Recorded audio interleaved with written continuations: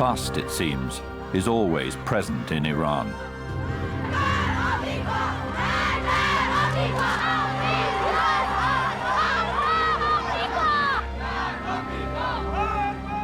What happened here one Sunday morning 20 years ago still has the power to inflame old slogans and to rouse old demons.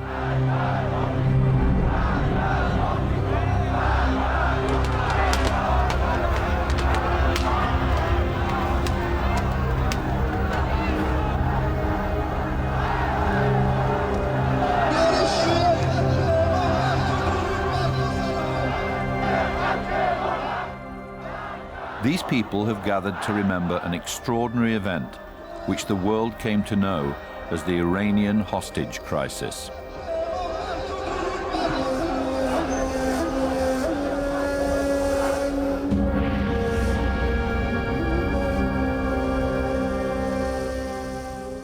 On November the 4th, 1979, hundreds of Islamic students occupied the American embassy in Tehran, taking the diplomats hostage and beginning a siege which would topple a president and compel us all to recognize a revolutionary new force, radical Islam.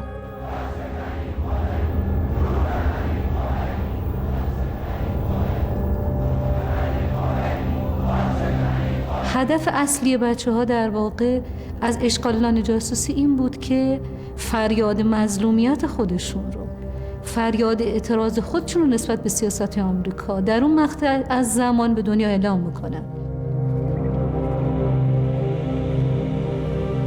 To actually come onto the grounds, take the embassy hostage, and take the diplomats hostage. I mean, this was the worst part of all. It was like being raped. There were times I was sure that none of us were going to come out of that thing alive, given the volatility of what was going on and their propensity for violence. It was interminable. 14 and a half months can be an eternity. And I saw no way out. For Americans and Iranians, one man stood at the center of the crisis, Mohammad Reza Shah, King of Kings, for more than 3 decades the absolute ruler of Iran. Over the years, the Shah's brutal secret police terrorized all opposition into silence. A dash for modernization left millions in poverty. But resentment was building most of all about the Shah's profound relationship with America. ما تمام جنایت‌های رژیم پهلوی رو وابسته به امریکا می‌دونستیم و نه تنها ما دانشجویان بلکه همه ملت چنین احساسی رو داشتن. ما احساس می‌کردیم که شاه و پدر او همیشه از حمایت‌های امریکا برخوردار بودند و به حمایت‌های او بود که شاه مثل یک سگ زنجیری واقعاً در کشور به مردم اون ظلم رو روا می‌کرد. Iranians had never forgotten or forgiven 1953, when America had staged a military coup to overthrow the democratic government of Mohammad Mossadegh. The Americans had then established the Shah as their faithful bulwark against the Soviet Union. When the military coup happened, many of us were so sad and just cried for what Americans they did in my country. Mossadegh was trying to introduce democracy in our country, and through that military coup, Americans they actually suffocated the democracy in Iran at a very critical embryonic state. In Washington, there was a failure to understand the vast degree of suppressed hatred that had been caused by our bringing about the collapse of the Mossadegh government. That was Iran's chance to become democratic. We screwed it up, and we bragged about it.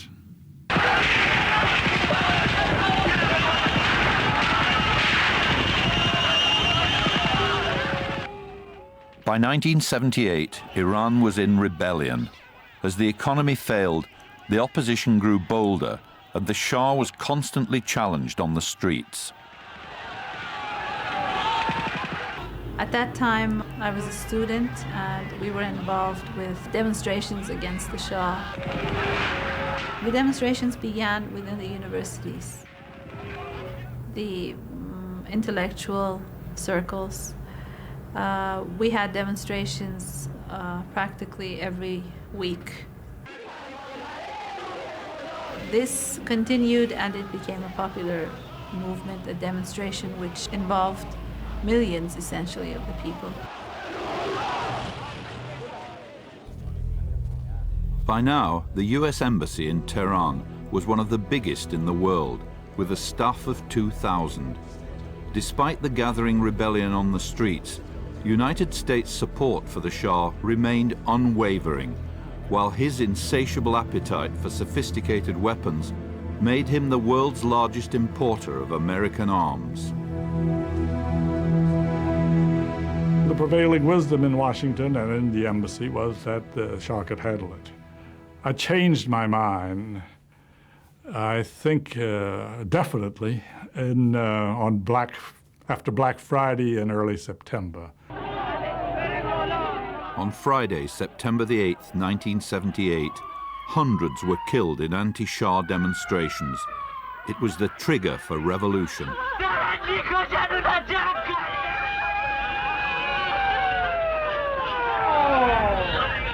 I think we didn't understand that the Shah was not Iran. We addressed the Shah as if he were the country.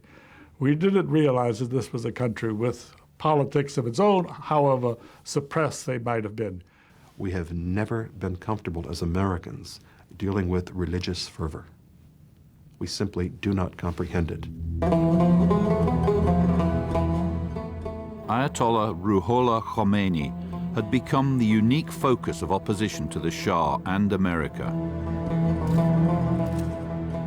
For 15 years, Khomeini had been exiled by the Shah, but never ceased his bitter denunciations.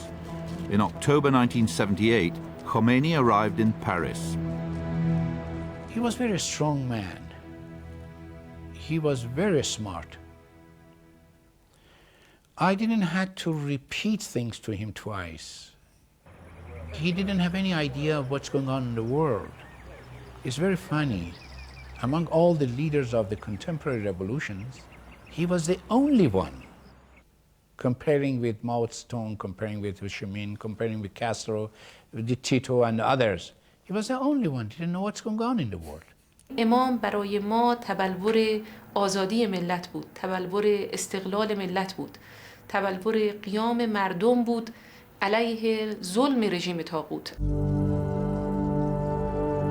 On January the 16th, 1979, defeated in the war with his own people, the Shah fled Iran.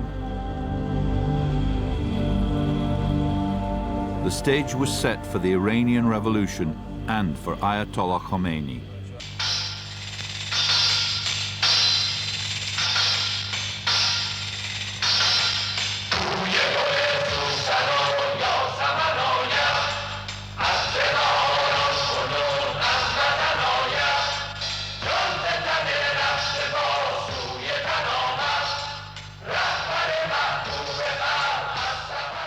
اون لحظه چیزی که بود عشق و اون انتظاری بود که همه به واقع داشتن و اگه مردم میگفتن یا همه ما میگفتیم امام به قلب ما و وارد باند فرودگاه قلب ما شدن، به واقع اون موقع شاید اغراق نبود و امام به واقع وارد قلب‌های ما شده بودن و اون لحظه شاید زیباترین لحظه‌ای هست که برای خود من وجود داشته، اون موقع که امام وارد فرودگاه شدن و از پلکان هواپیما به پایین اومدن.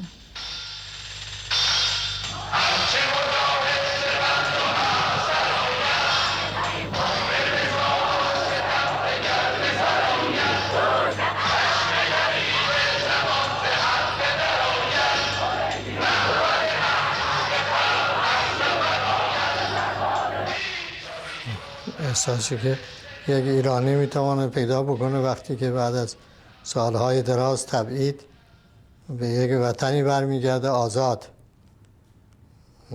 پر از شادی و امید.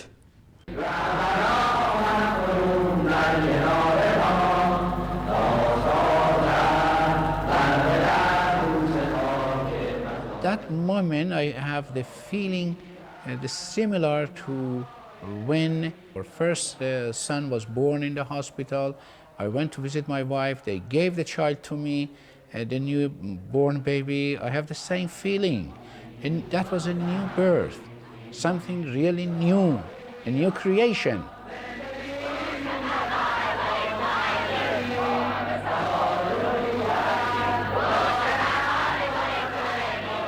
So it was the moment of excitement, but at the same time, the moment of concern for the future. You have to remember that there had never been an Islamic revolution before, and the revolution that took place was probably the most powerful popular event in recent, perhaps all history. Certainly it was a more imposing expression of the public will than the Russian or Egyptian or any Chinese revolution. I mean, it was a massive outpouring.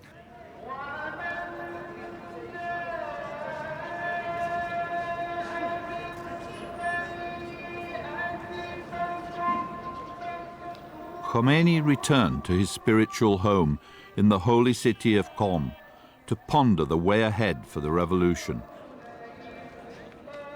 Between hints of democracy and rumors of religious rule, the future path of the revolution was unclear.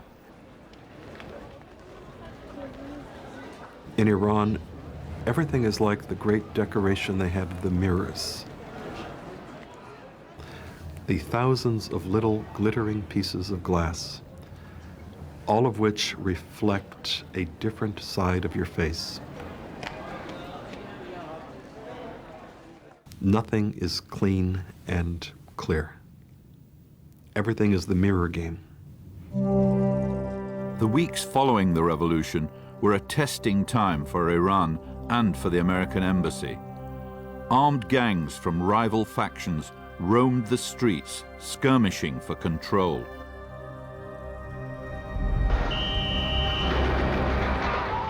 In February 1979, the embassy narrowly survived a ferocious attack by left-wing guerrillas. And we are not opposite with the American people. We are opposite with government, in all American government in all over the world. We are opposite. And we want to kick out, all imperialism, all imperialism from this country. We want this country for ourselves. Khomeini's foreign minister came to the rescue. I was able to control the situation. I thought that it was the obligation of the new government to protect the security of the foreign citizens, and therefore I went there and resolved the problem and apologized for what has happened. Thousands of Americans poured out of Iran, and the shattered embassy struggled to come to terms with an uncertain future. The old embassy staff was being sent out very rapidly.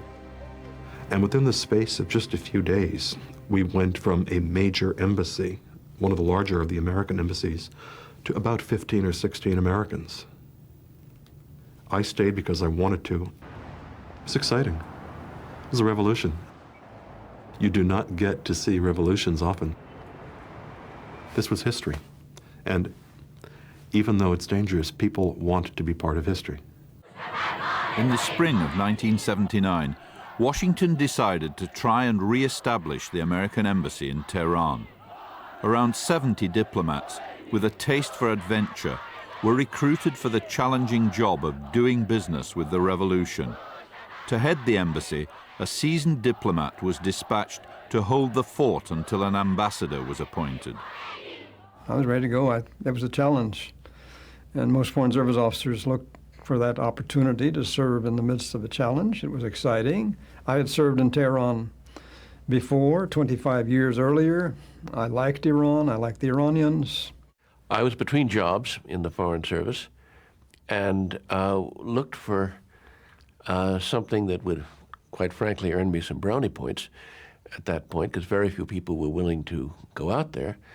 But also, I'd been a student of Islam all my life, and the idea of seeing, for a short stretch, a revolution in action was very challenging to me. And when I came there, of course, the buildings were still there. It was still 27 acres, squat in the middle of Tehran, a big American presence, but beleaguered this time. We called it Fort Apache because it was very heavily defended, or prepared to defend itself against any kind of demonstrations. We were still in the Cold War. We really weren't looking at Iran most of the time. We were really thinking about, what are the Soviets going to do? So to a large degree, we were saying, well, let's try to keep a stable relationship with Iran going. And perhaps we were a little too idealistic about this. By early summer 1979, the embassy was beginning to relax again. Old contacts were re-established. Embassy parties welcomed Iranian guests. I remember a dance and the music, and I remember teaching my secretary to waltz. But a little bit St. Petersburg, or Petrograd 1917. I was having some success in getting our position across to the revolutionary government, that we had accepted the revolution. I was dealing, of course, with the provisional government. What we saw as normalization with the new provisional government, with the revolutionary government, the students and a lot of clergy, a lot of the ultra-militant, would see as the destruction of the revolution. For those radical clerics, the evidence that the American embassy was again moving closer to the Iranian government seemed ominous. But now came the prospect of an even more disturbing development for Iran's radicals. For 8 months since he left Iran, the Shah had been moving from country to country in an increasingly desperate search for a safe haven, and he was now seriously ill with cancer. In October 1979, the Shah asked to enter America for medical treatment. I had been asked several times that summer by the U.S. government how I would feel about the admission of the Shah into the United States if necessary. We risked, I said, the possibility, that's all I said, of another attack on the embassy of the kind we'd experienced in February. It was pretty much the president's whole foreign policy team arguing he had to be let in. President Carter resisted and finally said, what the hell are you guys going to do if they take our people hostage over there? And nobody had a response, and nobody, I think, could even conceive that would happen. And President Carter went on and let him in anyway, reluctantly and kind of begrudgingly. So, as so many people, weak leaders do, when confronted with conflicting choices, they select both of them. And he decided to keep the embassy open and to let the Shah in at the same time, a fatal mistake.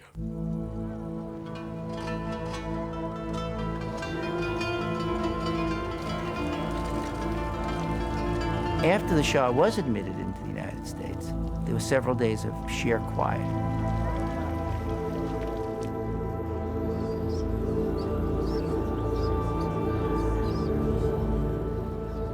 That was just, of course, the calm before the storm, but we were really fooled by that. I think we thought that perhaps the Iranian populace was willing to accept it. And Bruce said, well, it looks like we've survived another confrontation with the Iranians after the admission of the Shah. And I said, I don't agree with you.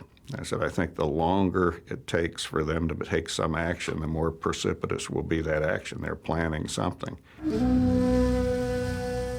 In deepest secrecy, a group of about half a dozen students were in fact beginning to plan a sit-in at the US Embassy. One of the leaders was Ibrahim Asgharzadeh. تصمیم گیری ما برای اشغال سفارت در حقیقت برمیگرده به واکنشی که ما نسبت به رفتار امریکا می‌خواستیم نشون بدیم. ما احساس می‌کردیم که و اینطور فکر می‌کردیم که امریکا در حقیقت با بردن شاه به داخل امریکا در فکر به هر حال توطئه چینی علیه انقلاب است. The students feared that once again as in 1953, America would reinstate the Shah and destroy their revolution. به دست آوردن یک نقشه از سفارت امریکا و کنترل رفت آمدهای مقامات امریکایی برای ما خیلی مهم بود.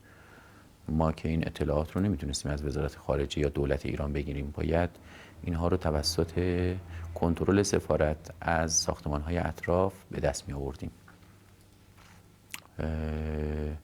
برنامه‌ریزی برای جذب نیرو، برای توجیه دانشجویان و برای سازمان دادن به این حرکت شاید چیزی حدود 2 یا 3 هفته بتونه انجام بده. The student leaders shared their plans only with the radical cleric Ayatollah Khomeini-Ha. Khomeini-Ha was a close confidant of Khomeini and his special link to the students.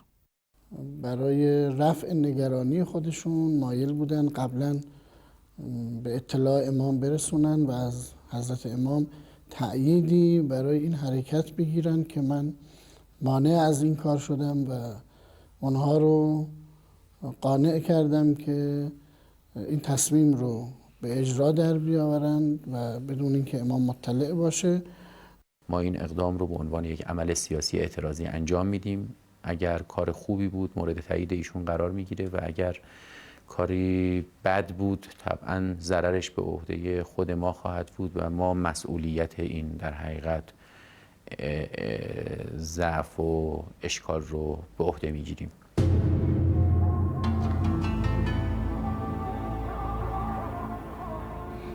I'll tell you the funniest thing. I woke up that morning, I walked out on my balcony, and I looked out over at the embassy, and I actually said, oh, it's a great day to be alive. November 4th, 1979 started out as any other day in Iran.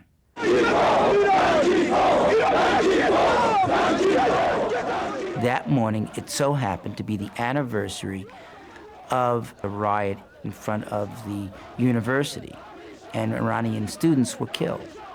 So there was going to be a march on November 4th, and we figured, well, they were passing by the embassy, then going to the university, which was not far from there. The hordes were already out there screaming, Mort America, death to America. And at first this demonstration seemed to me to be an interruption, that it was going to really mess us up on getting our timetable done. You know, it's amazing how you don't worry about the right things at the wrong time. And then when it happened very quickly. It started out as a typical demonstration, only instead of just stopping in front of the embassy, these hordes then started to scale the walls.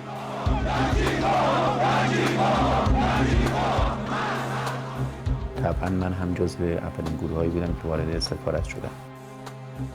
نحوه تسخیر سفارت امریکا در حقیقت به این صورت بود که اون در اصلی توسط یک تظاهرات و هجوم دانشجویی گشوده میشد. دانشجوها داخل سفارت می اومدن و بعد در بسته می شدن. And literally, as the gate was being pushed open by Iranians, I was running back to the Chancellery building and was the last person allowed into the Chancellery building right as they streamed through the gates, which were by that time broken open. They also at that time began climbing over the walls. And then a Marine suddenly came down the hall shouting, everybody downstairs, there's a break-in. And I looked out and there was a sea of people coming at the embassy. I was scheduled that morning to go to the foreign ministry. I took my deputy and one of my security officers along with me. We had gone down to the Ministry of Foreign Affairs that morning to talk to the ministry about embassy security. And we were there in the meeting when my radio goes off, and it is our driver, embassy driver, who's down in our car, who says, you better come down, I need to talk to you. So I go on down and excuse myself from the meeting. Highly unusual for high cost to do that, and go down. He said, we got a problem. The Marines need to talk to you. The embassy's under attack. It was a hell of a state of affairs. And of course, here I was in the foreign ministry. My compound was way across town, I wasn't there.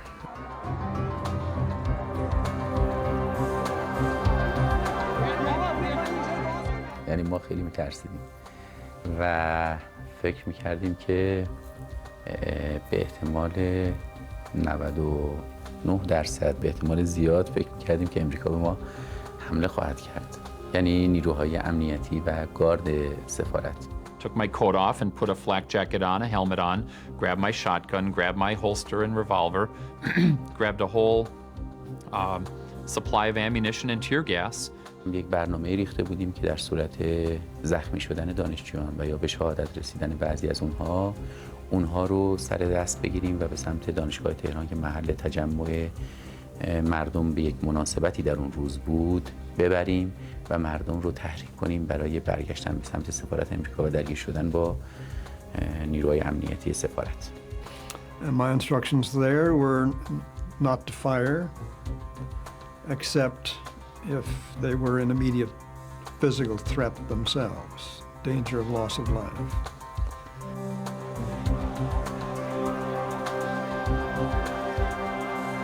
We were the first office to be taken over.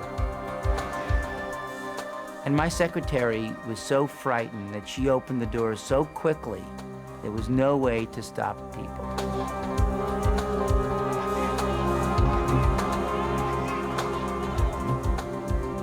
They blindfolded me, and as soon as that happened, must have been some sort of heavenly sign going on. It started to rain. You know, I'm kind of a dramatic person. I sort of accepted it, you know. This is what life is going to give me, you know, rain, blindfolded. I'm going into hell right now. I don't know what's going to happen to me.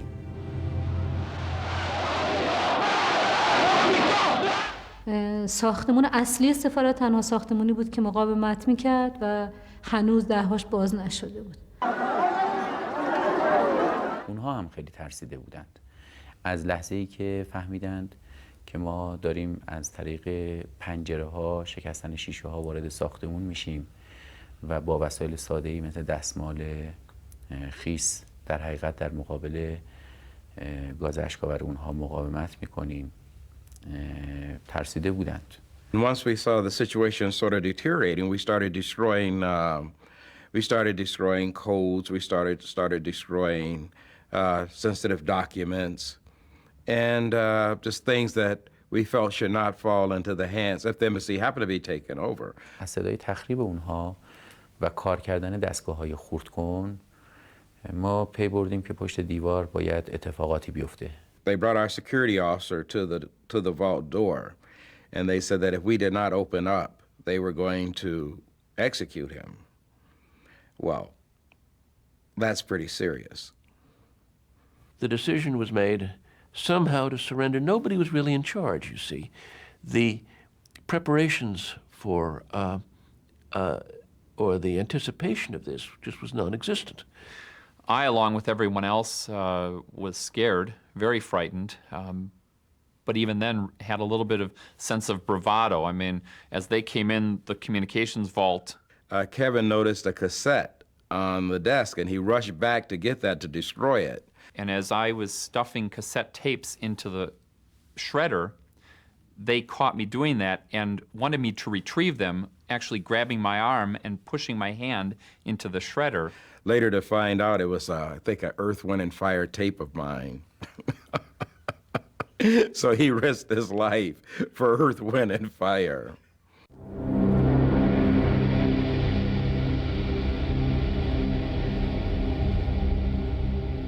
They lined us up against the wall, and they sort of we put our hands behind our backs, and we were told to keep our heads down.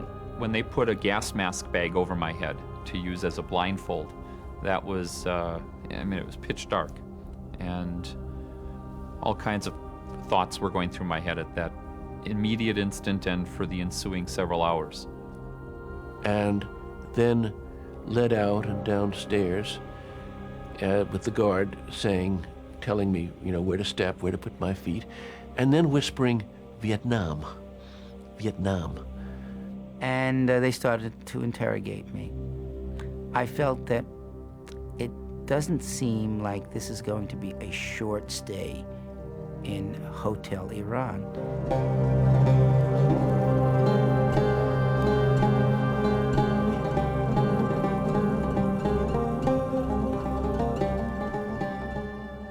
I personally was on vacation on the eastern shore of Maryland, and I heard about it, and I got a call from the Situation Room, and they told me that our hostages had been taken, and my first reaction was, oh my God, this is exactly what President Carter had predicted. People were assembling from different places all over Washington, and it was quite an amazing sight, actually. They'd taken over one room of the State Department Operations Center and had had telephone lines open that were, you could hear, and we had lines open to the embassy. And at that point, when I got there, they were still holding out. And then one after another, the phones went dead. And then I heard the noontime news that said the embassy had been seized, and I knew we were in bad trouble.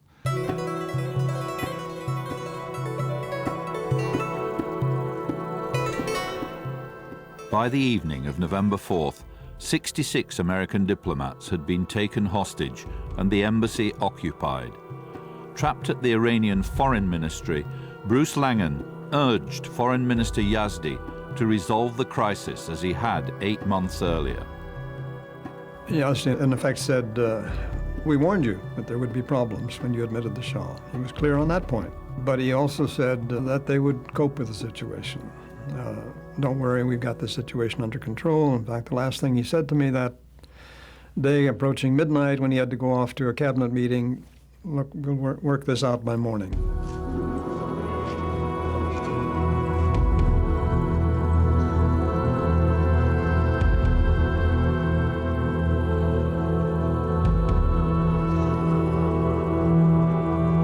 I was with the CIA guy, and we weren't supposed to talk. He was a little faster off the mark than I was, and he said, you realize, don't you, we're hostages. And so I thought about that. I was taken outside, and the hordes were already out there screaming, death to the hostages. So it was like an official, formal announcement that, hey, this isn't your typical sit-in. This is a serious situation.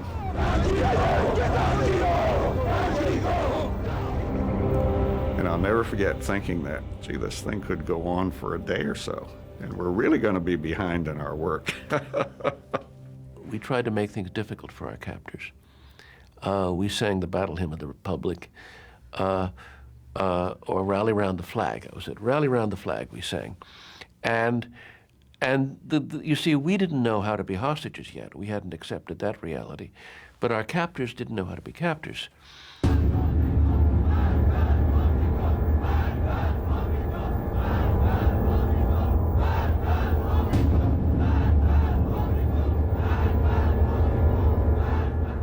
اتفاقا قرار شد در اون زمان من اینا رو جمعشون کنم توی یکی از ساختمان‌ها و لیست برداری بکنم از اینها و اسمشون و شغلشون رو ملیتشون رو یادداشت بکنم. این کار رو هم انجام دادم. و امریکایی‌ها دو گروه شده بودند. یک گروهشون که در حقیقت محافظ سفارت امریکا بودند، با پرتاب گاز اشک‌آور و در حقیقت حفاظت از ساختمان‌ها می‌خواستن جلوی دانشجویان رو بگیرند. یک گروه اونها هم که وظیفه داشتن که در شرایط بحرانی اسناد طبقه بندی شده سفارت رو نابود کنند. They were threatening to kill me and my colleagues as well if we didn't open the safes. Russian roulette, interrogation. What they wanted to know is what documents we had destroyed. They wanted to know the combination of the safe. They wanted to know who we worked for if I was a spy. They wanted to know just anything that we would tell them. Who controlled this? Who was responsible for that? And I particularly felt that that was none of her business. So I said, I had earlier looked around the room, and I had seen a bottle of scotch that the embassy cook had that he should not have had in his drawer. And in my best Persian, I asked her if she wanted a drink. That was just the worst possible thing anybody can do. But I think it was my desire to say, I'm here. I'm not going to be pushed around. I didn't even have a uniform over there, but they found my military identification card. Then it was Katie bar the door. Oh, you must be CIA. You're a colonel in the American Army. You're in a lot of trouble.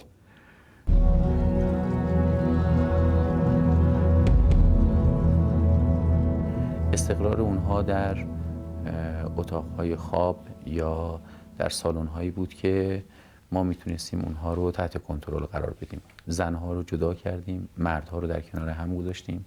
این آرایش اولیه در حقیقت آرایش غیر تخصصی بود، یعنی همه اونها رو کنار هم نگهداری کردیم. I was wakened during the night, that first night, and one of the guards said, "Quit signaling your colleague with your eyes." And I said, "What?"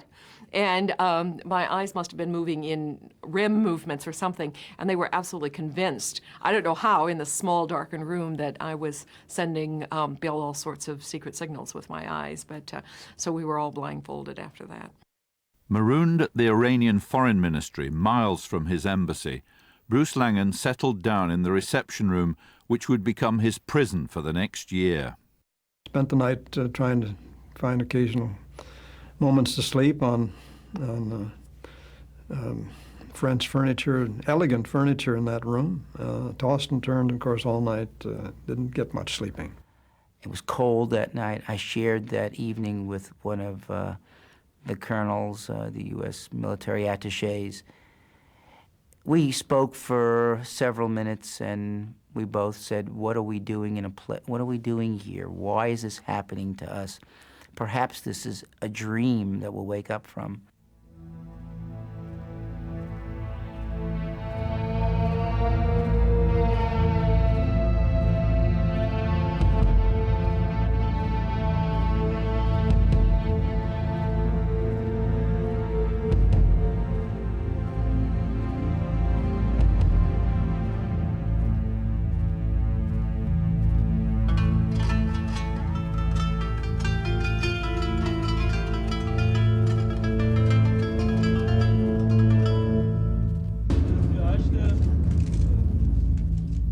For student leader Ibrahim Asgarzadeh, the morning after the occupation was an uneasy time.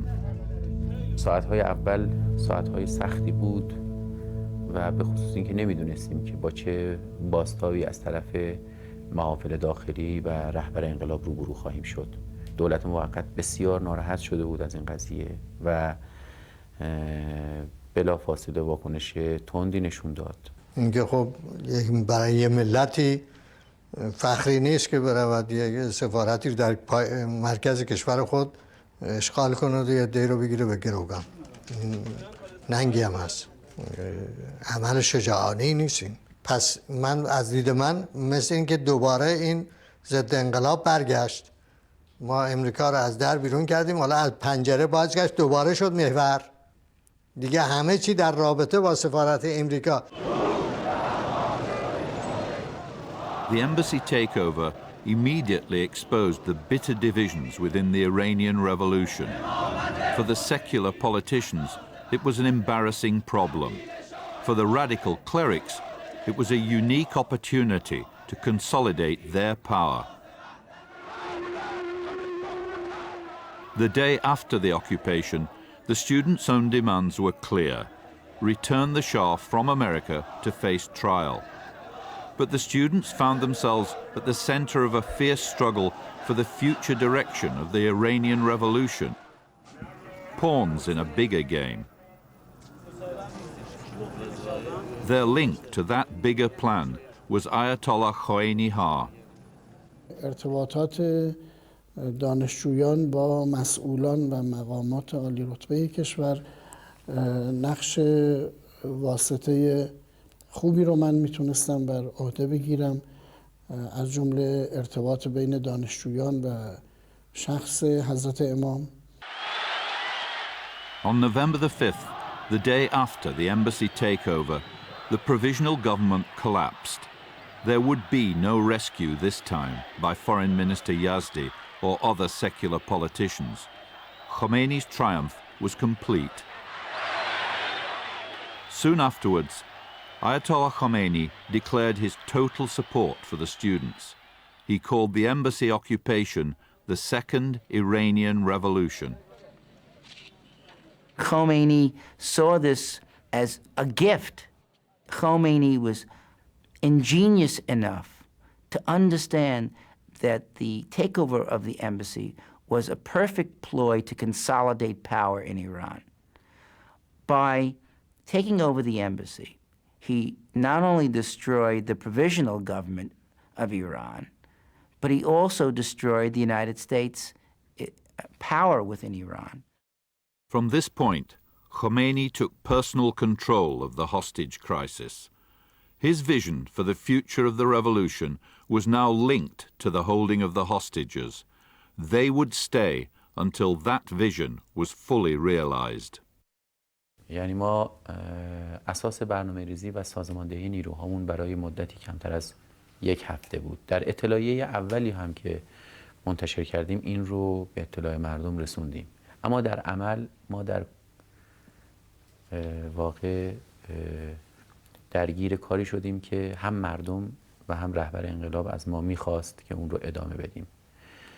و همونطور که گفتم ما بعد از چند روز تبدیل شدیم به گروهی که در حقیقت باید روی دوش خودش یک حرکت اجتماعی عظیمی رو حس میکرد. There was a constant confrontation with the West, and there was a constant attempt on the West through different channels to somehow undermine the movement. The West has a different conception of the word hostage. They think hostages are a group of innocent people captured by terrorists. First, these are not innocent people. They are spies. They were preparing to destroy our country. اطلاعات بسیار ذی‌قیمتی بوده. هم در رابطه با توطئه‌هایی که امریکا در این اغتشاشات می‌کرده و هم در رابطه با قبل از انقلاب. It became clear that we were in a very much more complicated situation because all the embassy files had been captured. I think one of my memoranda was one of the first documents that were broadcast, and I thought, if they have this, they will make us look like spies in their eyes, and that's exactly what happened. Gave them some kind of moral standing that they utterly lacked beforehand. We should have had better destruction facilities than we had for sensitive documents. Having had what we had, which was largely equipment that cut the sensitive paper into strips, which we engaged in very actively in the first few hours after the demonstrations began on November 4, those strips were the kind that in the hands of very zealous, determined young Iranians could be pieced back together strip by strip over hours and days and weeks, and the damaging evidence was there to support their claim that we were a den of spies. That evidence also enabled Khomeini to eliminate many of his opponents inside Iran.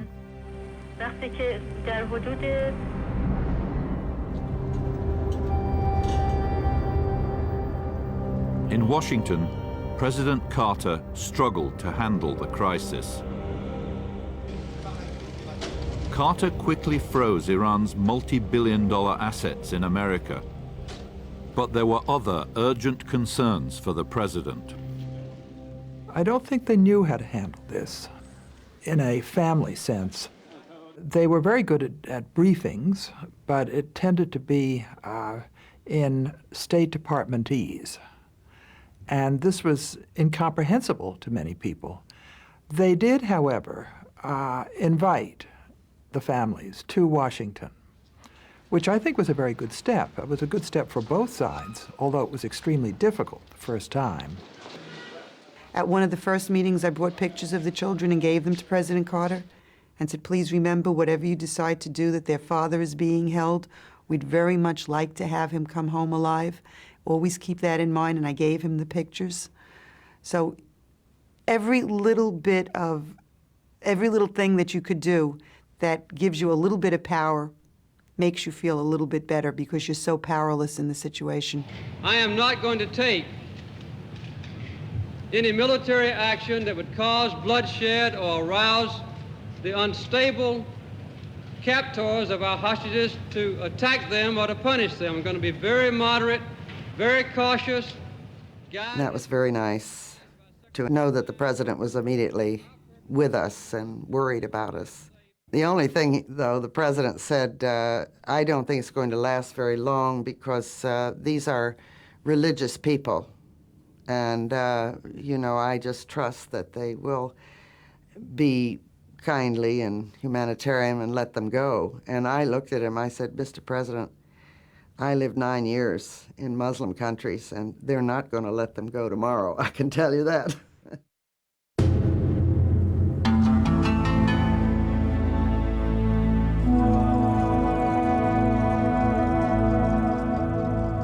Around the room, they were situated these guards who were all dressed in black, and they had black hoods with automatic weapons in their hand. And in the farthest corner of the room, there was this French provincial desk with a short man sitting at that desk. They marched me over there, sat me down, and wanted me to write down the history of my infamy. And I refused. I said, nope, I won't do it. They had 2 or 3 different interrogations teams that worked me over. I was beaten, I was hung by my wrists, marched into trees, and of course with a blindfold on. Sleep deprivation.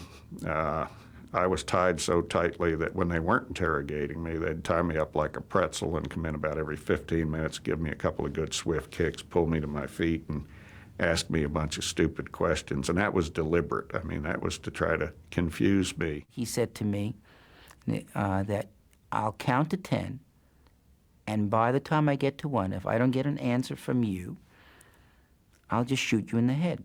I won't shoot you in the head, but my friend will shoot. And my friend had his cold barrel next to my head. People don't realize that the count from 10 to 1 can take an interminable period of time when you're about to die or you expect to die. And at the count of 7 or so, I'm saying, now what am I supposed to do here? I want to be a good American, but I want to live too. I figured I was finished. It was all over. It was just a question of how I was going to go out. And it had nothing to do with loyalty to the United States of America or some patriotic approach to anything. It was just my own personal self-esteem. I was not going to give in. So it got down to 4, 3, 2, and 1, and then I decided, well, I think the better part of valor in this case is to say that, is to answer as directly as possible whatever needed to be answered without giving the store away. After about 3.5 weeks, they gave up on me.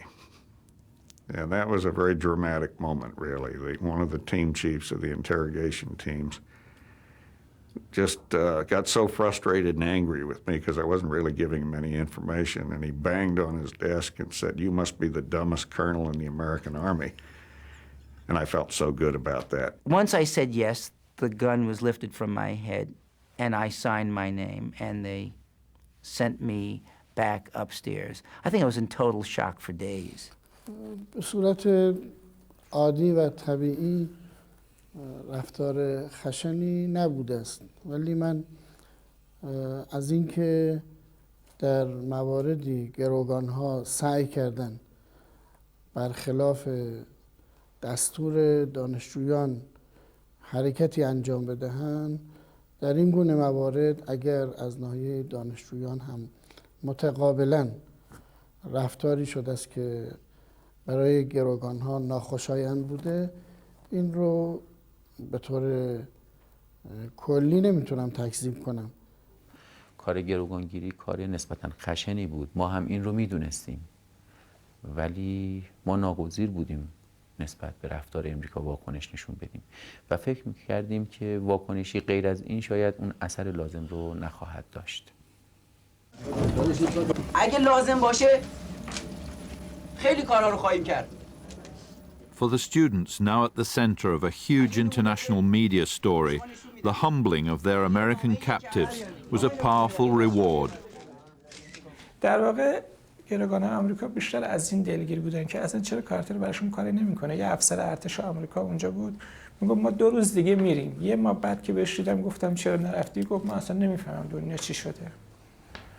طبیعی بود که گروگانگیری توسط امریکایی‌ها اصل میشد و به عنوان محور تبلیغاتی قرار می گرفت. برای ما افراد گروگان خیلی مهم نبودن. کافی بود از این گروگان‌ها همشون آزاد بشن جز 1-2 نفرشون، یا حتی همشون آزاد بشن ولی ما سفارت امریکا رو در اختیار داشته باشیم و بتونیم حرفامون رو با دنیا بزنیم.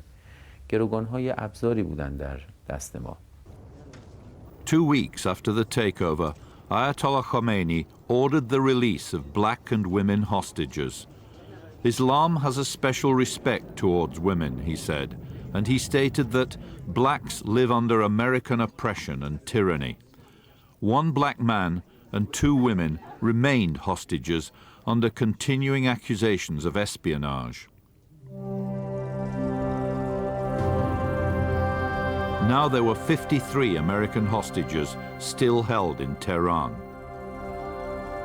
Shot away in small groups or in solitary, they were moved constantly to different locations on the embassy compound and around the city.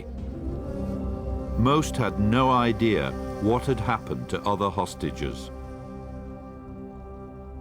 From November 4th to March 17th, 1980, we were not allowed to talk to each other. So any information that we received that was passed around had to be done on the sly. It could not be done openly. We couldn't talk, so we didn't know. We spent days in this place. It was solid darkness, where kind of our lifestyle began. The lifestyle of changing everybody's shirt, wearing other people's pants. We all looked like we were disheveled messes. We were like animals in a zoo because they would parade people through there to watch us, to look at us. And I don't know if they were charging admission or not, but that was kind of an eerie feeling, you know, to be in a situation like that. Regularly, we could hear volleys being fired off. And I suspect it was to keep the mob at bay. And they told us, we're protecting you against the mob. But we didn't know. I didn't know whether or not, and in what order, we were being shot consecutively. Amid hints of trials and executions, the year drifted to a somber conclusion.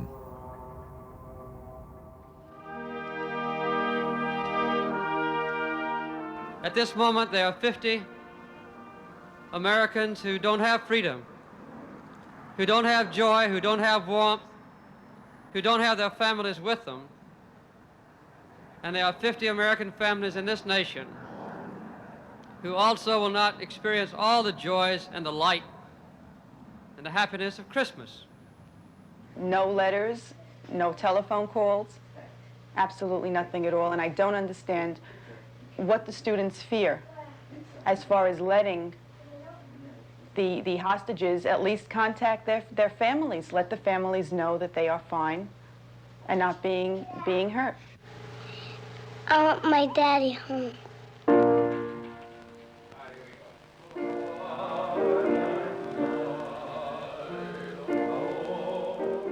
At Christmas 1979, an invitation arrived from Tehran for 3 American priests to visit the hostages.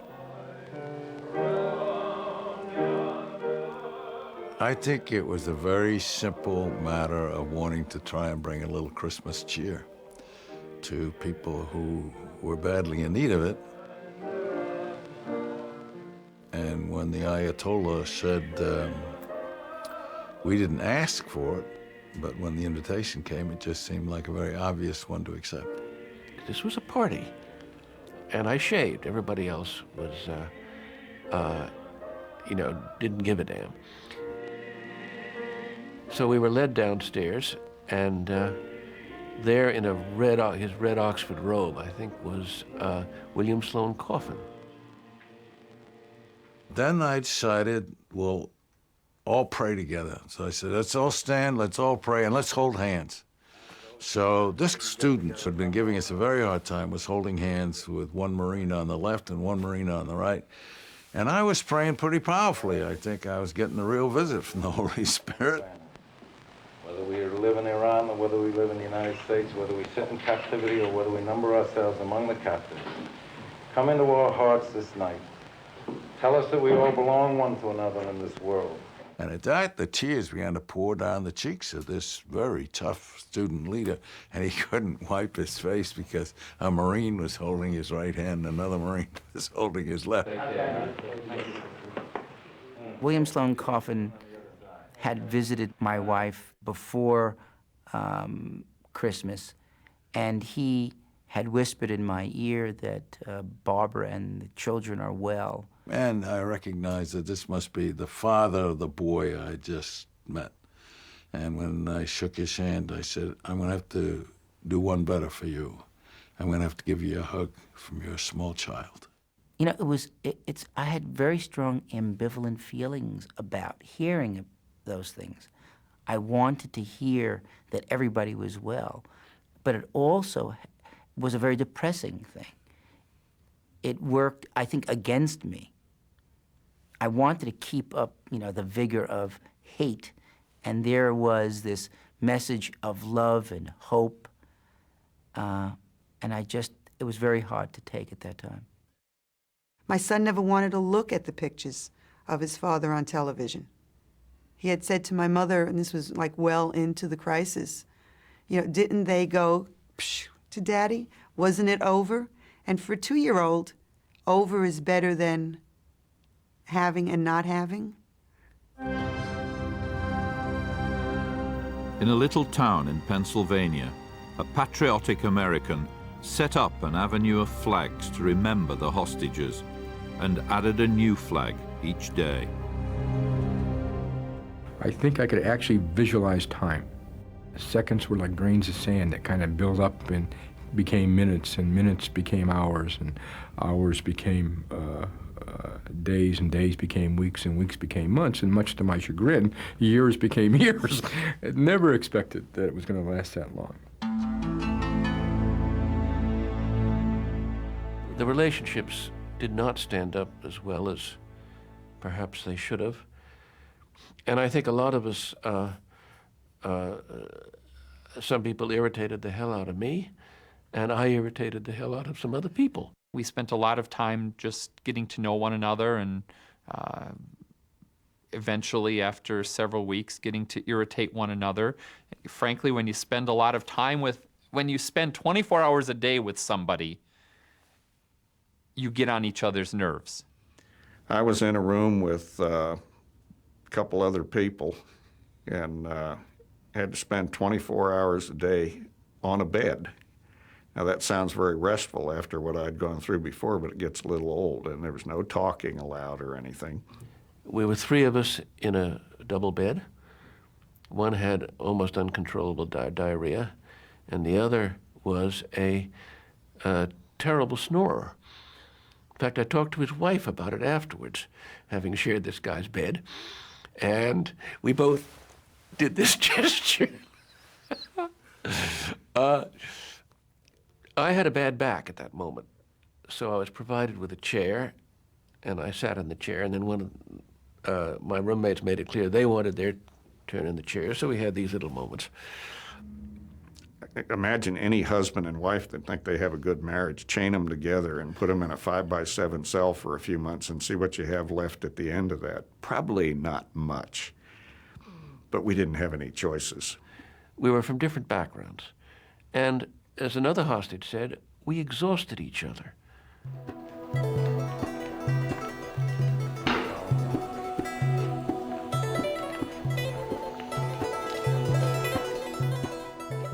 Today, Ayatollah Khomeini's modest house is a shrine. But for 444 days, this simple room was the heart of power in Iran, and the place from where Khomeini controlled the hostage crisis. For the first 3 months of 1980, negotiators came and went, initiatives blossomed and withered. Americans and Iranians met in great secrecy, elaborate schemes were evolved. But always, the fate of the hostages was in the hands of one man, Ayatollah Khomeini. The hostages stayed.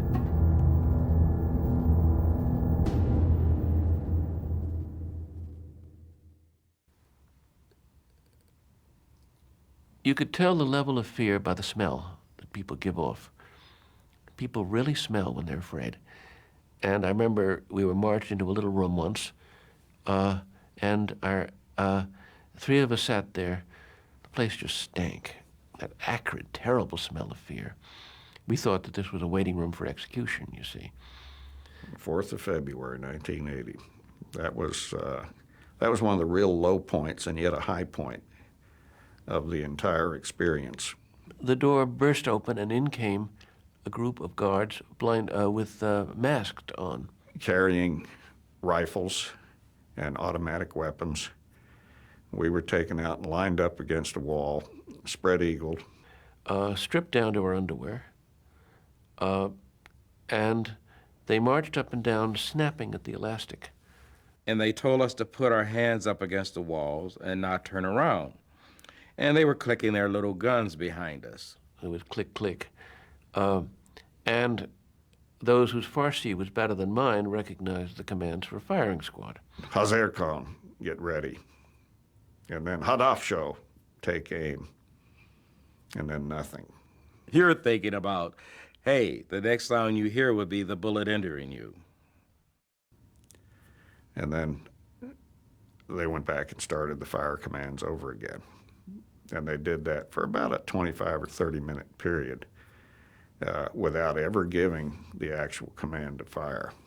February in Tehran, it can be very cold indeed.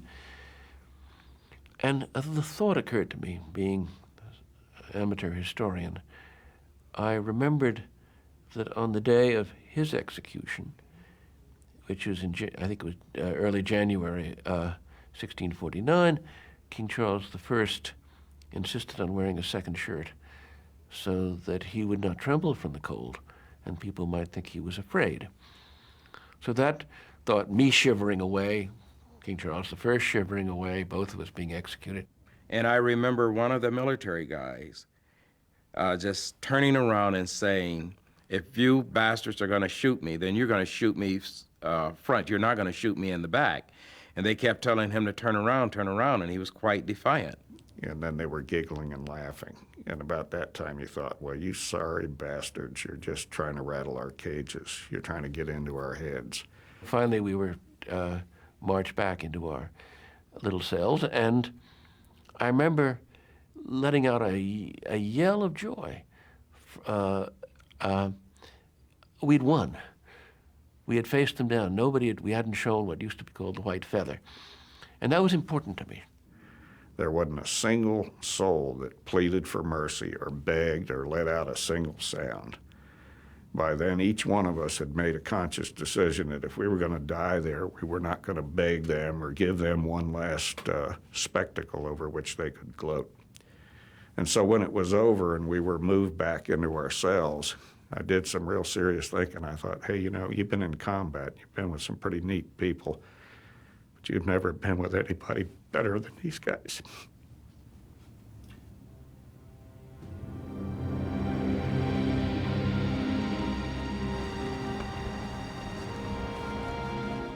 In Washington, Jimmy Carter's presidency was itself becoming a hostage to the crisis.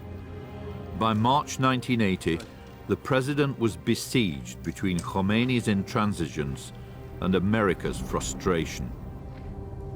We were held hostage. We considered ourselves the outside hostages, as opposed to the inside hostages. But of course, our lives were governed by this extraordinary event as much in its way as our family members in Iran. We set up the organization of FLAG, Family Liaison Action Group.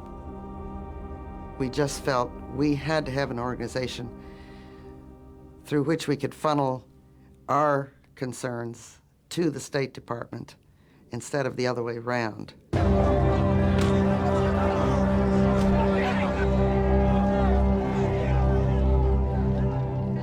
College students were throwing dog food at the Iranians, and I said, this is not helpful.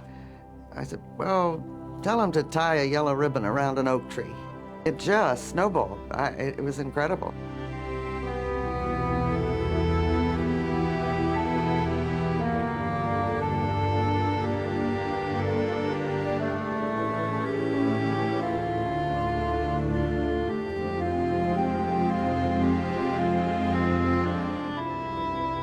By the spring of 1980, President Carter faced some hard decisions.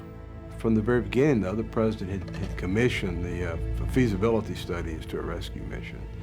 And we'd had these on-again, off-again kind of possibilities of their being released.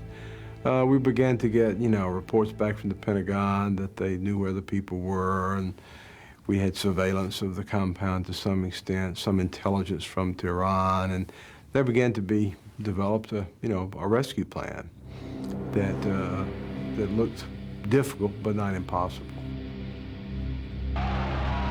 With American frustrations approaching breaking point, at long last on April the 1st, 1980, President Bani Sadr made a speech promising the hostages would be handed over to his government for release. آقای خمینی تغییر رأی دادن، باز آزاد نشدن.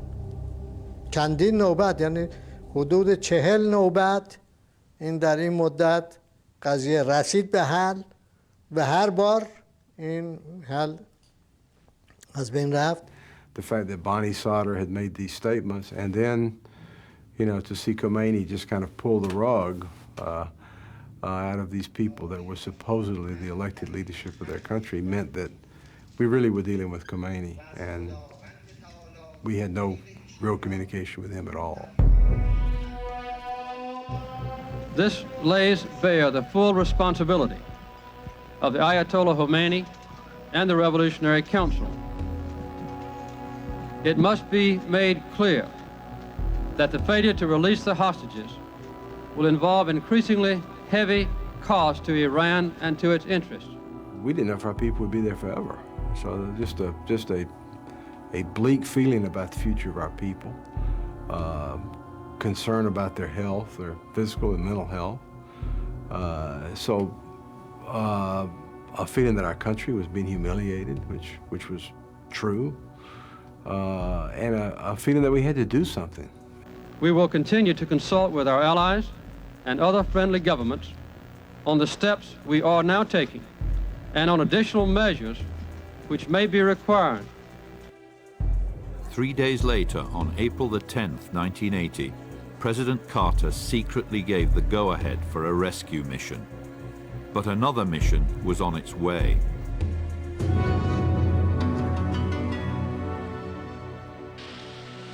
With the secret rescue force poised for action, the mother of a hostage found her way to Tehran on an extraordinary personal quest. It was when I received the one and only letter that I received from Kevin. That was, I believe it was in February, that said that he had made an escape attempt and that he would die trying to escape rather than stay there.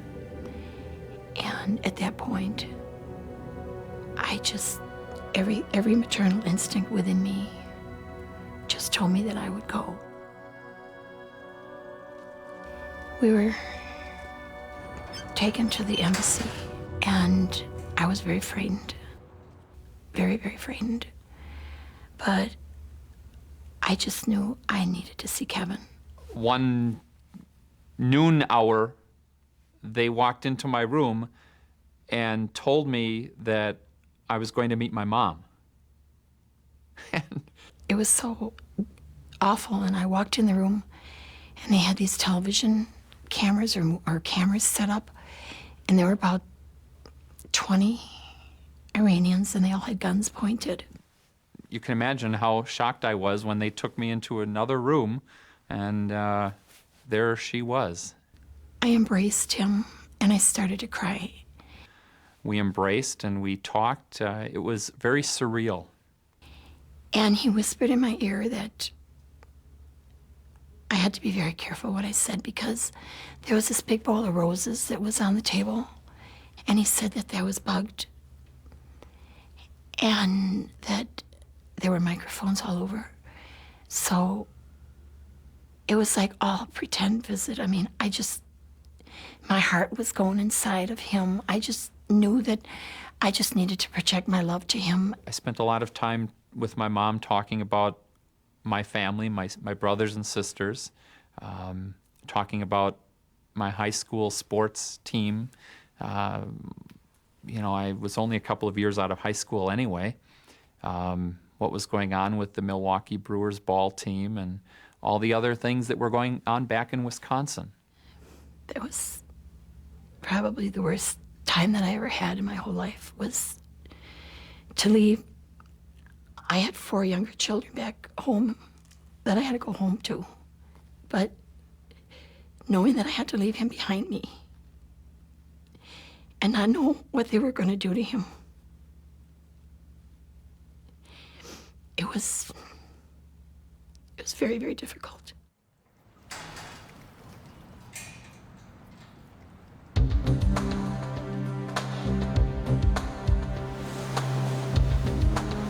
The bold and hazardous rescue plan began with a night rendezvous of 8 helicopters from an aircraft carrier in the Indian Ocean. They would meet up with C-130 refueling planes at a remote location in the desert south of Tehran. From there, the helicopters would lift the Delta Special Forces to a hideout close to the city. Finally, the Delta squad would storm the embassy and free the hostages before a helicopter rescue from a nearby sports stadium.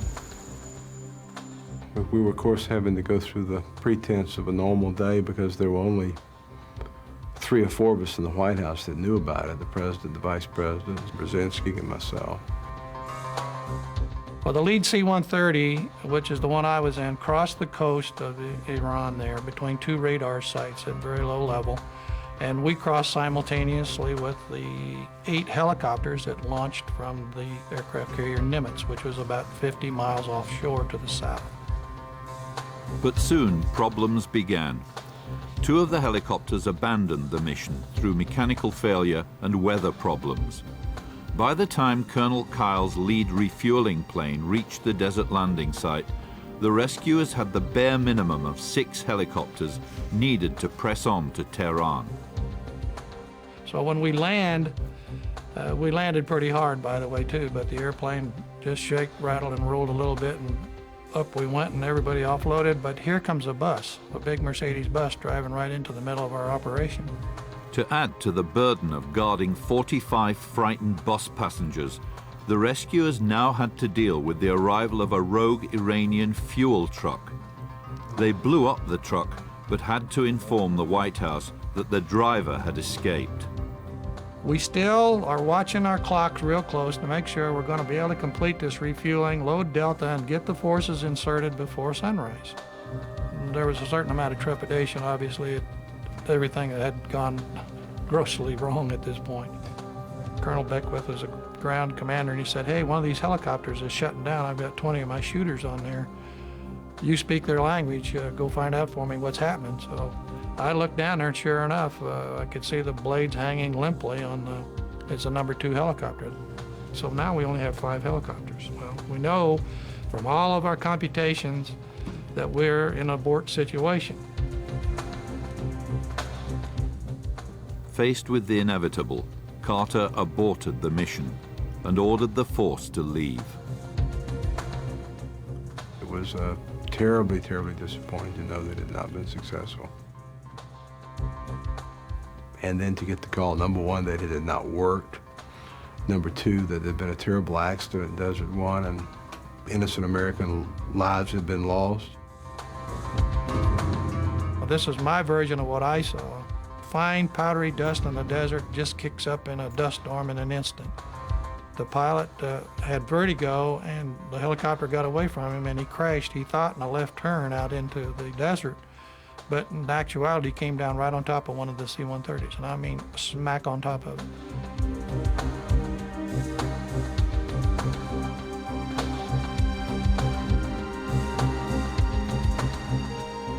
So we lost 8 people there, and just a snap of your fingers from an event that looked perfectly normal 1 minute to a catastrophe.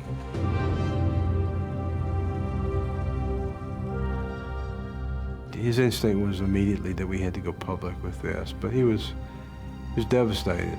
He was devastated. It was my decision to attempt the rescue operation. It was my decision to cancel it when problems developed in the placement of our rescue team for a future rescue operation. The responsibility is fully my own. In the aftermath of the attempt, we continue to hold the government of Iran responsible for the safety and for the early release of the American hostages who have been held so long.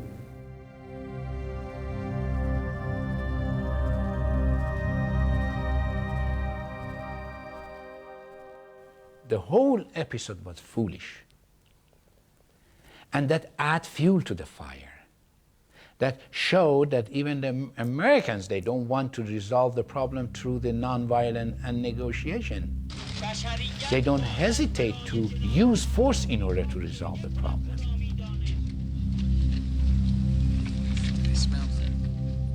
به نظر ما اقدام امریکا برای حمله به طبس خیلی سنگین بود. یعنی اصلاً قابل مقایسه نبود با کاری که ما کرده بودیم.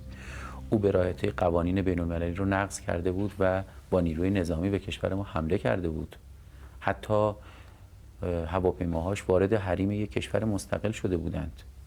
شاید حالا بهانه او یه بهانه مثلا انسان دوستانه‌ای بود که میخواست برای آزادی گروگان‌ها این کار رو بکنه. اما تمامی برنامه که تهیه شده بود توسط امریکایی‌ها یک حرکت تجاوزگرانه بود.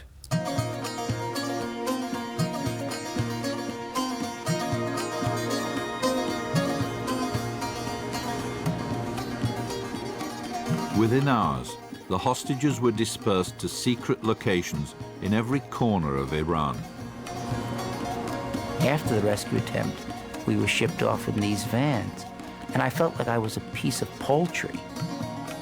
Blindfolded, leg irons, the whole bit.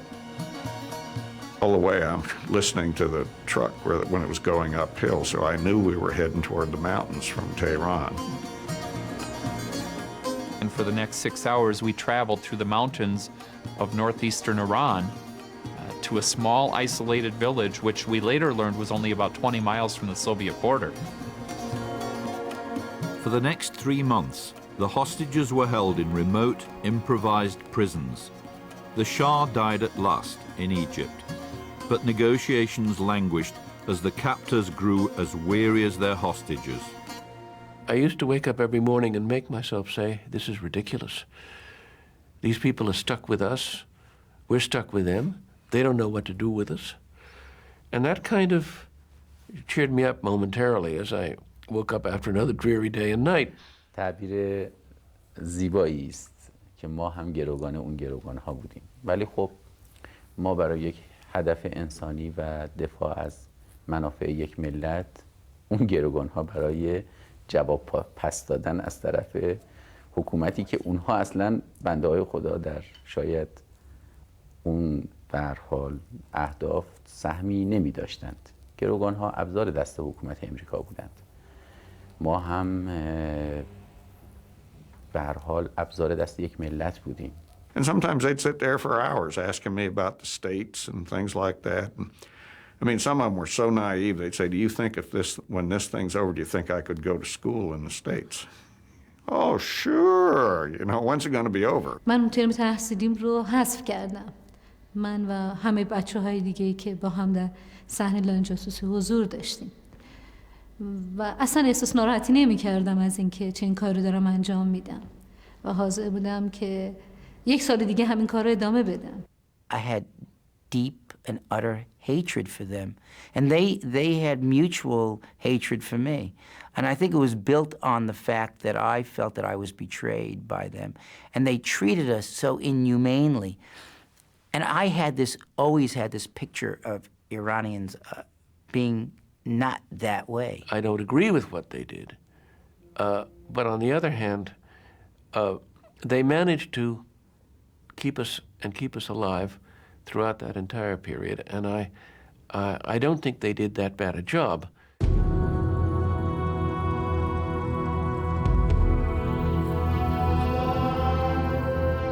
In the summer of 1980, the hostages were moved back to Tehran, to prison. When we finally got into Comité prison, that was another low point in that sense because, geez, how long is this thing going to go on? here we are, they're institutionalizing this thing to the point where we're going into one of the toughest prisons in the country. We spent 6 months in an Iranian prison, full-fledged, honest-to-goodness, gray-walled, steel-barred prison with good steel doors to it. And you lie there on the floor with about a ½ inch of rubber matting, looking at a bulb that's on 24 hours a day, with nothing to do in your life except to go to the bathroom. This blood-curdling scream just came out of no place. There were 4 of us in this cell, and we all woke up and looked at each other. That was probably the second most frightening day of my life, because someone was being tortured, and this went on 24 hours a day. Iranians had blocked up all the windows. There was a fan with louvers, and the louver and the fan somehow, and the light from the sun reflected a tree that was outside the building. And there, on this tree, was a bird. And this bird would visit me every afternoon at a certain time. He was upside down, of course, because of the reflection and refraction. And there we were together. He was chirping, and I was looking. We had nothing, that's all we had together. That was our relationship. But that what gave me the most pleasure, I would say, in the 14.5 months of my captivity. That's not much, you have to understand, but it meant a lot. He meant a lot to me. And then when he left one day and didn't come back, I was heartbroken.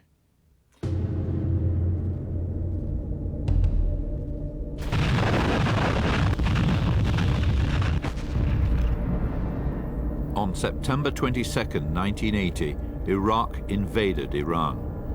Soon the two countries were locked in a savage conflict which was to slaughter millions of their young men.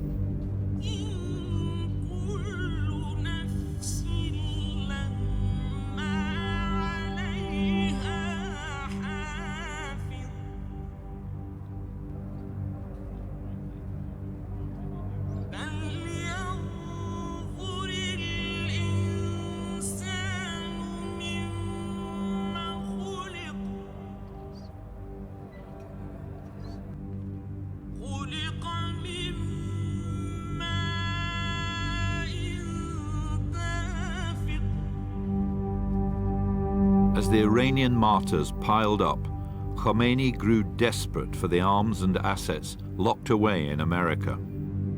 اول جنگم آقای خمینی خیلی ترسش گرفت از اینکه این سبب بشود که ایران از بین بره. پس زود موافقت کرد که مسئله حل بشه.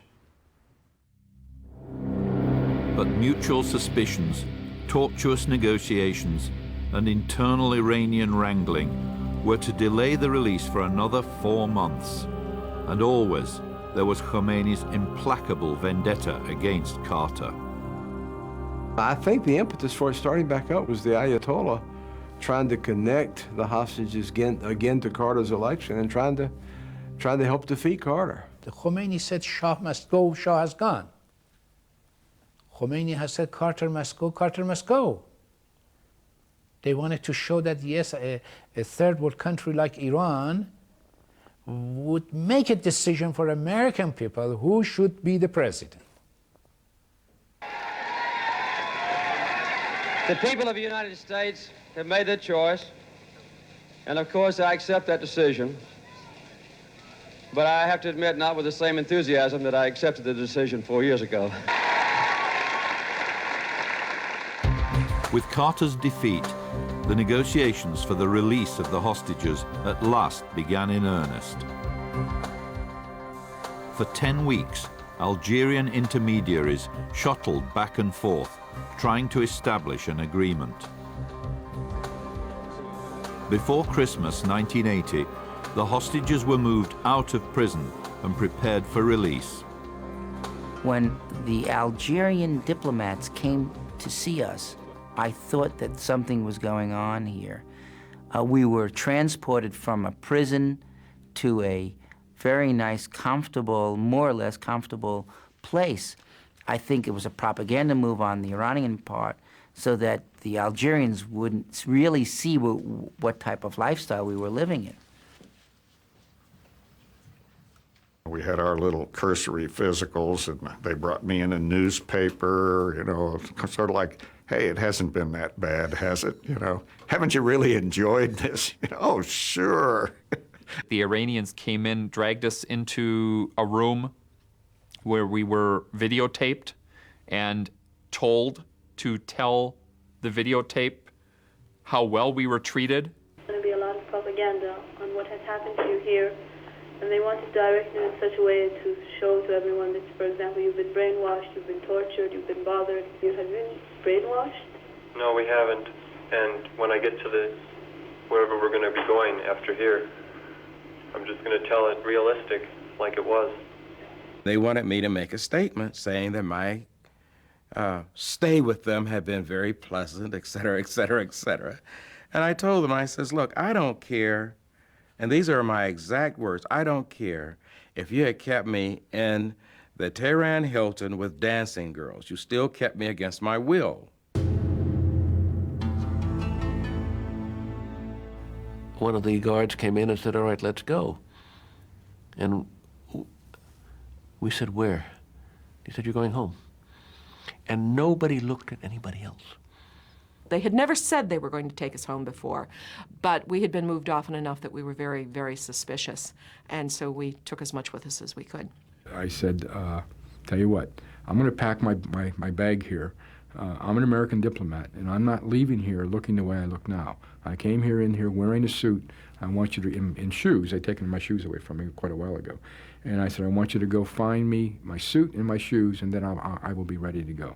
And we were taken outside blindfolded, led to a bus. I did not know whether we were going to yet another prison or if we were indeed going to the airport.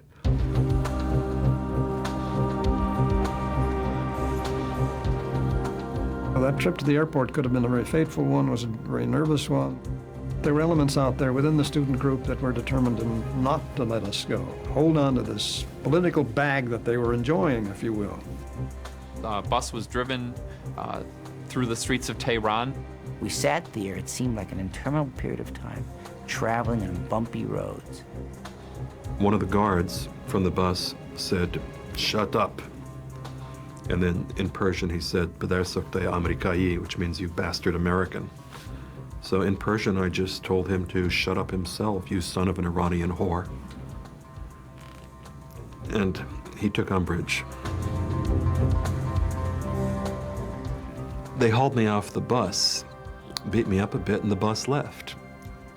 And there I was, realizing I had probably made a mistake. The only thing really downhill in Tehran and out in the distance is the airport. And we heard the jet engines of the planes that later would be flying us to freedom. We heard, as we drove nearer to the plane, a more deafening noise even than the aircraft engines. And that was the crowd.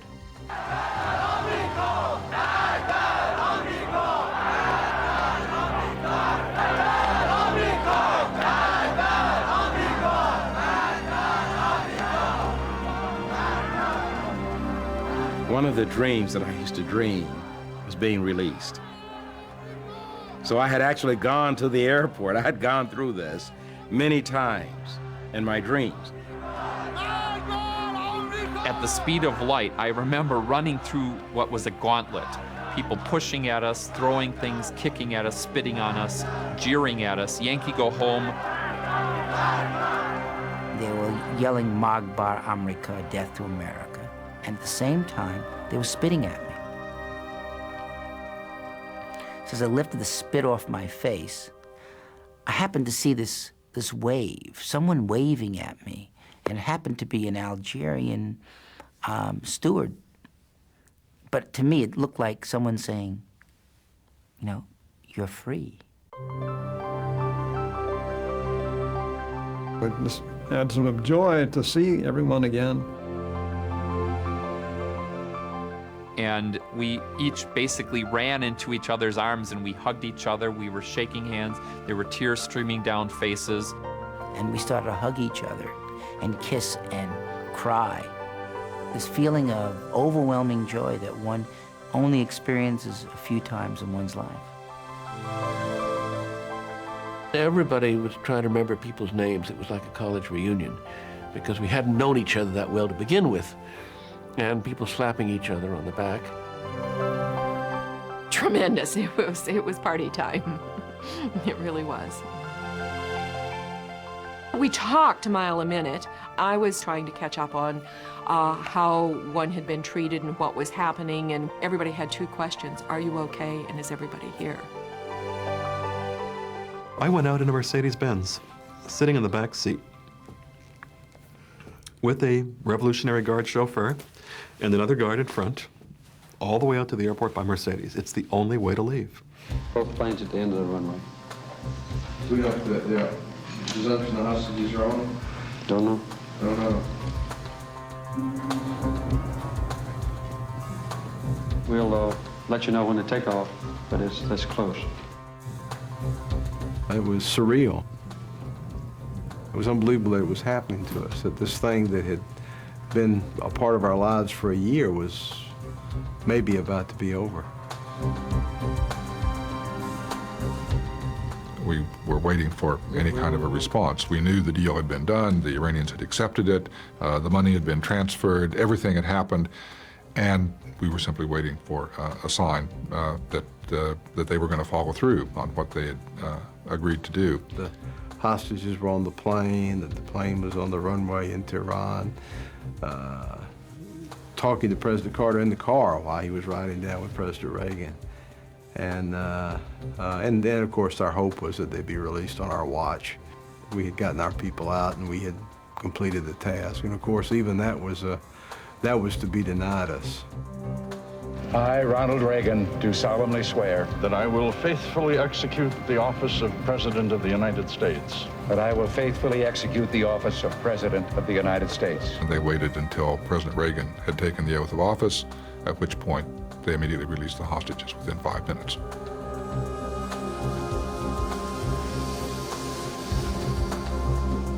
There was a lot of apprehension during that time we were still in Iranian airspace that a wild Iranian aircraft fighter pilot would turn his jet on our plane. And the Algerian captain said, "We're now leaving Iranian airspace." And at that time, I felt that we were free. But it still could have been a dream. We were given quite a decent Veuve Clicquot. And it was a very private moment. I drank a toast to myself.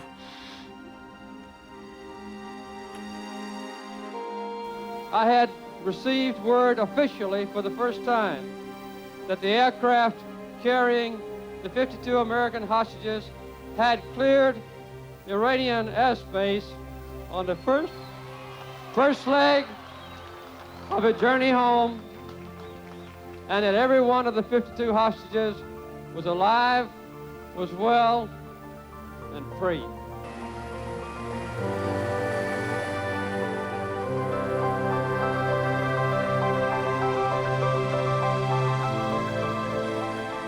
Germany was sort of like every happy Christmas you ever had. I got to Wiesbaden not knowing anything about the emotion that people in America felt. I had no idea. I called directly home to Barbara and the kids. It was one of these things that, how do you really communicate this feeling of love and loss to someone from this distance and this time warp, the time that we lost, that both of us lost. It's almost impossible thing. What do you say over the telephone? Hello, how are you? You know, a stupid question. What do you mean? How am I? Now I'm happy. You know, I was in Iran, and it was terrible. And it's, how much can you say? I finally got to Louisa. She'd gone to stay with friends because the pressure of TV and all that was getting to be too much. And she said I had to leave my house and go stay with these friends. And I said, "What do you mean your house? I paid for that house." And marriage was off to a good start again.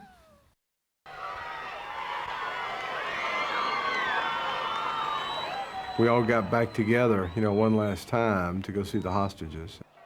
And we went over there. We were excited about it. We were also nervous and uptight about it. There were some tough questions, but it was a very, very emotional time. There were people in that room that hated Jimmy Carter. All of us respectful of the fact that here was the previous president of the United States just out of office. We owed him enormous respect. And we also, many of us, however, sensed that here was the man who in effect had contributed to our situation, or at least was responsible for our situation.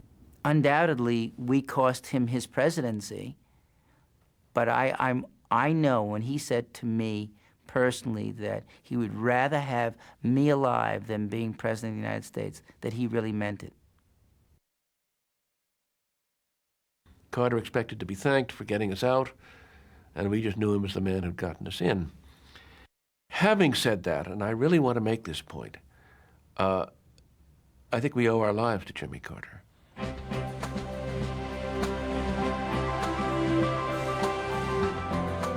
We'd all been collectively holding our breath for so long that this was just a mighty, it's over.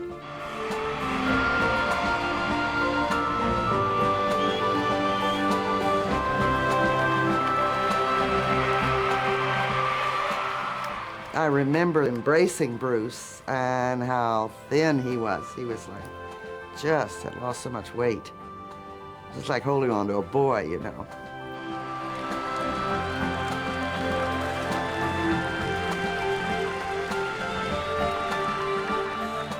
And when he came off the plane and he just, you know, held us all, well, three of us, and everybody's standing there crying because there are no words.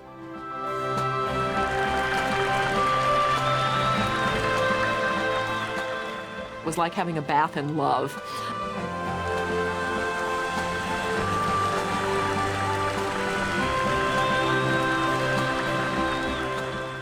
America was looking for a reason to be proud, or a reason to be American again. We had lost it.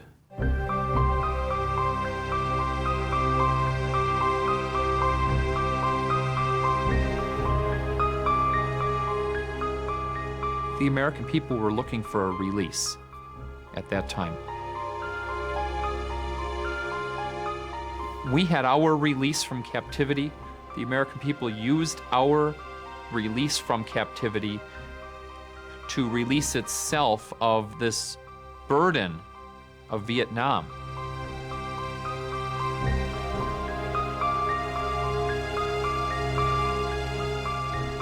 If our return meant anything, it meant that perhaps we could put aside some of the problems and fissures within American society for a while. And here were the hostages coming home and to symbolizing failure in many ways. Nonetheless, a sense of relief felt by the American people as a whole, who were all hostage to that drama, that it was over finally.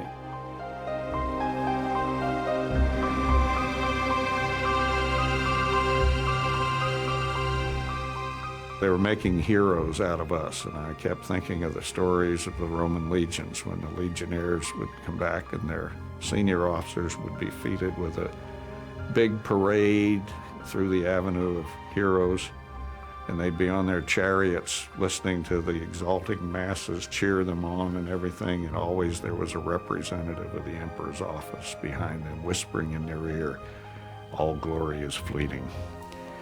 So I knew that was a celebration not for us, really. We were symbols. We were the icons of America's involvement in one of the most unpleasant, frustrating years this country had ever been involved in.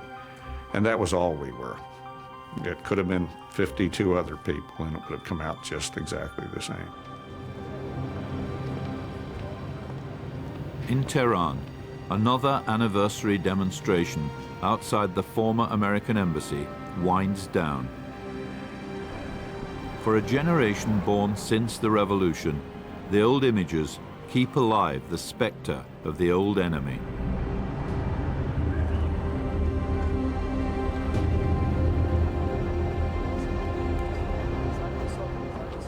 Two decades on, the hostage crisis still casts a long shadow over the two nations, the way they see themselves and one another. More and more, Iran in its relationship with the world and the West has shown that a country can stay independent and remain independent, and it doesn't need necessarily to submit to the pressures of a superpower. در حقیقت می شود گفت که اون بنبستی که در حال حاضر بین ایران و آمریکا در برقراری روابط مجدد وجود دارد، این از آثار دراز مدت همون حرکت انقلابی دانشجویان است. It created a negative image about Iranian revolution outside. Iranian revolution was an Islamic one, and Islam is asking for peace, for brotherhood. So all of a sudden there is a government in Iran claiming to be Islamic and yet treating the foreign objects in that way. That was not a good way to present yourself. من اگه یک گروگان امریکایی رو الان ببینم هیچ احساس خاصی نداشته باشم.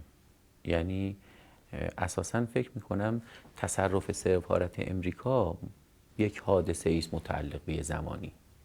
اصلا لازم نیست دیگه تکرار بشه. یعنی نمیتونه تکرار بشه. همه چیز داره عوض میشه.